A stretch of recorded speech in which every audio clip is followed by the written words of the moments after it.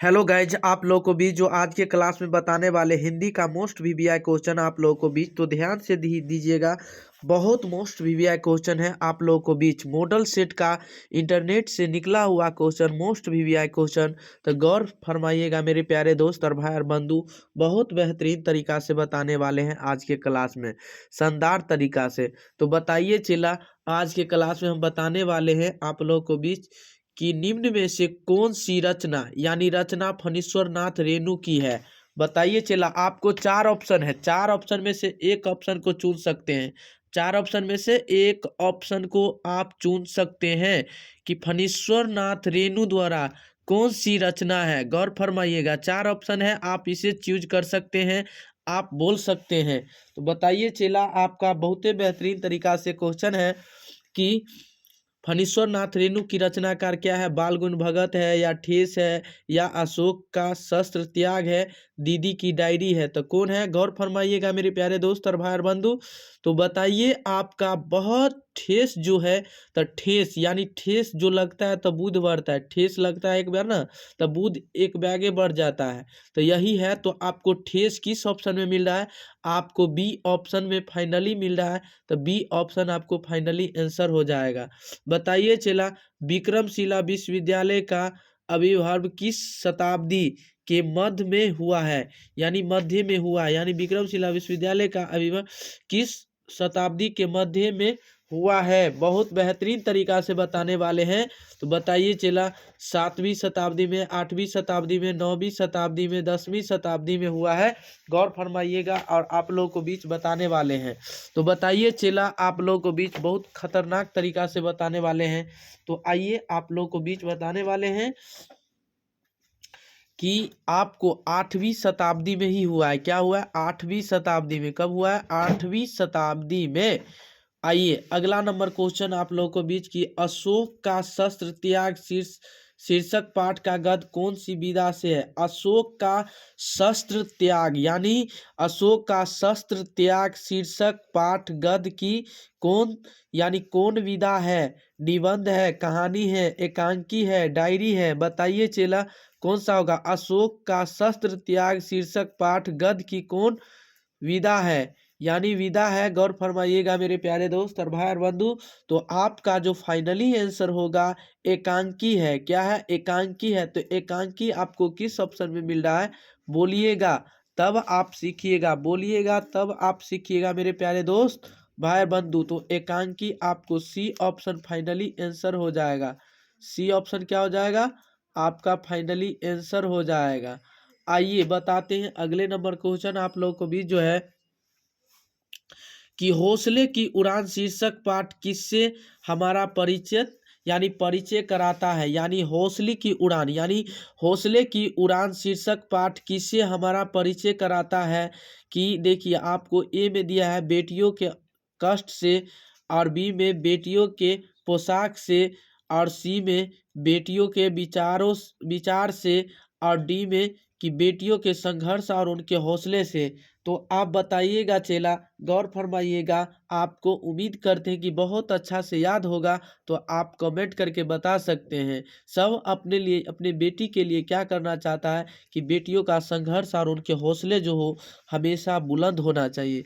क्या होता है, बुलंद होना चाहिए। क्या होना चाहिए, बुलंद होना चाहिए। तो आपका किस ऑप्शन में मिल रहा है, तो 11 का डी आपको फाइनली आंसर हो जाएगा। तो डी ऑप्शन उम्मीद करते हैं कि आपको बहुत बेहतरीन तरीका से याद हो गया होगा। आइए अगले नंबर क्वेश्चन बताते हैं, बहुत बेहतरीन तरीका से बताने वाले मेरे प्यारे दोस्त। आइए कि हुंडरू का जल प्राप्त का पानी किस यानी किसकी तरह चक्कर काटता है। यानी हुंडरू का जल प्राप्त का पानी जो होते हैं मतलब किसकी तरह मतलब चक्कर काटता है। आपको ए ऑप्शन में है सांप की तरह, बी में है बांध की तरह, यानी सी में हरिण की तरह, यानी डी में ऊंट की तरह।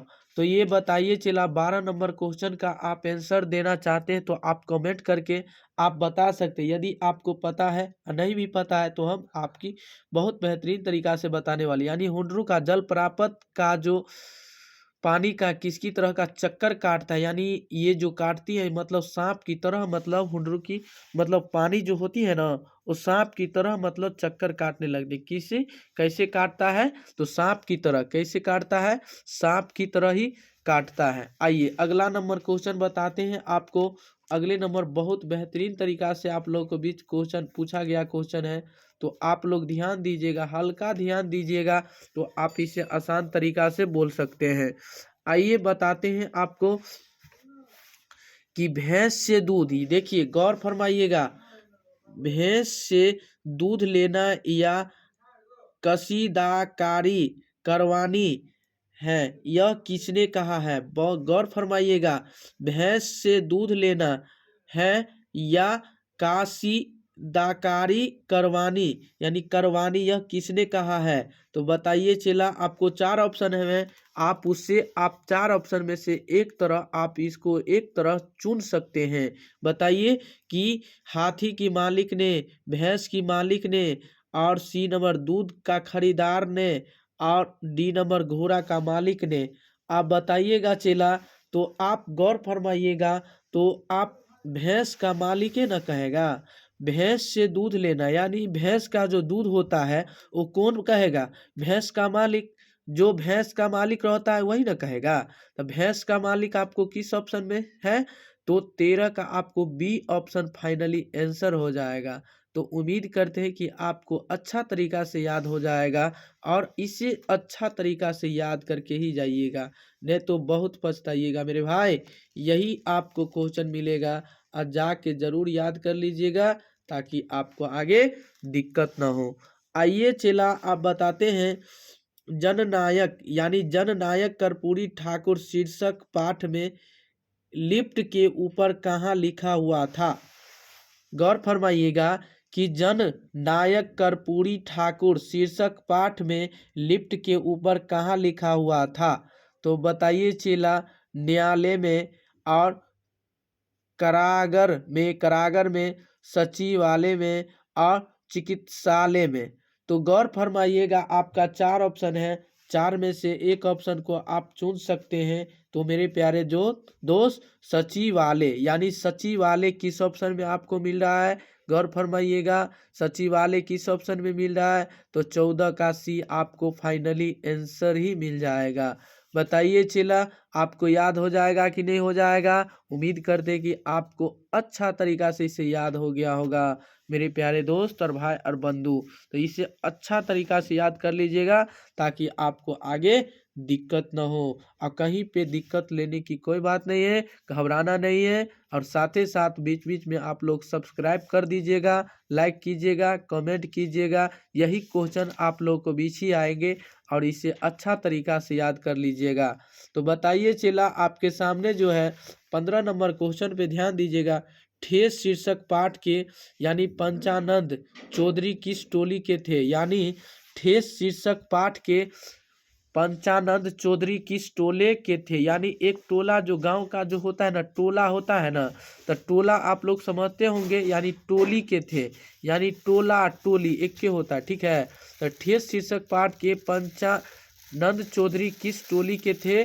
तो बताइएगा चेला, आपको ऑप्शन जो है, आप यदि आप जानते हैं तो कमेंट करके बता सकते हैं कौन सा टोली किसका, यानी ब्राह्मण टोली के। कौन टोली का था, ब्राह्मण टोली का। कौन टोली का, ब्राह्मण टोली का। तो ब्राह्मण टोली कौन सा है, तो आपका 15 का डी ऑप्शन आपको कहाँ मिल रहा है, डी ऑप्शन आपको फाइनली आंसर हो जाएगा।